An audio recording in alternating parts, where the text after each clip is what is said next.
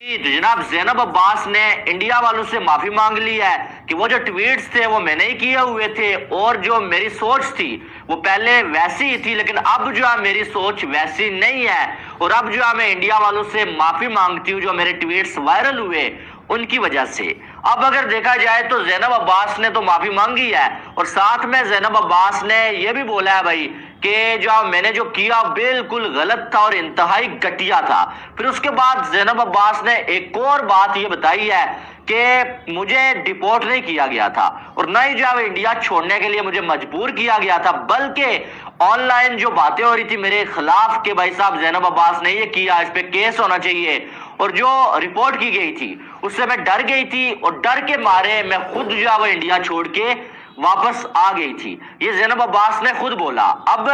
कहाँ गए वो लोग भाई साहब जो उस दिन जो बड़े जो वो ट्वीट्स कर रहे थे, बड़ी बातें, शेम इंडिया, शेम बीसीसीआई, बहाना बना के ज़ैनब अब्बास को इंडिया से बाहर भेजा गया है भाई, डिपोर्ट किया गया है और ज़ैनब अब्बास के साथ नाइंसाफी हो गई है, फेक ट्वीट्स जो उसके बनाए गए हैं। उसके बाद जो है ज़ैनब अब्बास को जो इस पर जो इल्जाम लगा के ज़ैनब अब्बास को इंडिया से बाहर भेजा गया है। अब सारी की सारी वो जो बातें हैं ना भाई साहब वो एक साइड पे कर दी है ज़ैनब अब्बास के इस ट्वीट ने, जो अब ज़ैनब अब्बास ने माफी मांगते हुए किया है। और ज़ैनब अब्बास ने बोला है कि भाई मुझे कोई मजबूर नहीं किया गया, बल्कि जो मैं खुद जो है वहां से डर गई थी कि भाई जो मुझसे गलती तो हो गई है, और फिर उसके बाद जो है मैंने इंडिया को छोड़ना मुनासिब समझा। और ज़ैनब अब्बास ने यह भी बोला कि इसके लिए कोई बहाना मैं बना नहीं सकती, हकीकत में ये मेरे ही ट्वीट्स हैं, लेकिन मसला यह है कि जब मैंने ये ट्वीट्स किए थे तब मेरी सोच और थी, अब मैं पहले जैसी नहीं हूं, अब मेरी सोच और है। ये तो बात एक अलग है कि पहले जैसी नहीं हूं, क्या मतलब है, यानी कि जब आपको कोई जॉब नहीं थी, आपको इंडिया से कोई लालच नहीं थी पैसों की, कोई जॉब की लालच नहीं थी,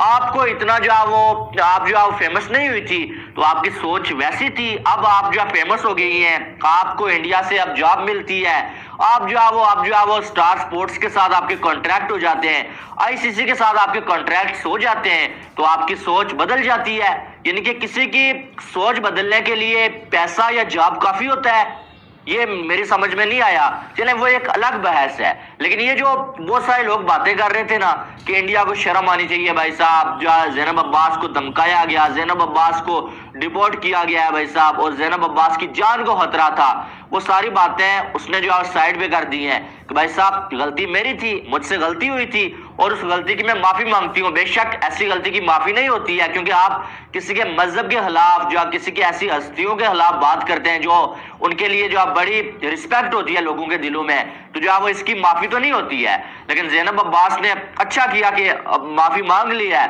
और कम अज कम ये चीज साफ कर दिया कि यार गलती ज़ैनब अब्बास की थी। लेकिन यही चीज अगर वो पहले कर देती तो शायद जो मामला इतना बढ़ता ही ना। पहले इन्होंने ये बोला था कि जो फेक ट्वीट्स बनाए गए हैं भाई, मेरी बात का गलत मतलब निकाला गया है, लेकिन जब इन्होंने देखा कि अब दाल जो गल नहीं रही है, तो अब जो दोबारा से ज़ैनब अब्बास ने ट्वीट करके इंडिया वालों से माफी मांग गया कि यार जिन जिनको मैंने हर्ट किया है उनसे मैं माफी मांगती हूँ। और जो वो अब अगर देखा जाए तो इसका कोई बहाना मैं बना नहीं सकती, हकीकत में मेरे ही ट्वीट्स थे और मैंने ही किए हुए, तो मुझे माफी दे दी जाए।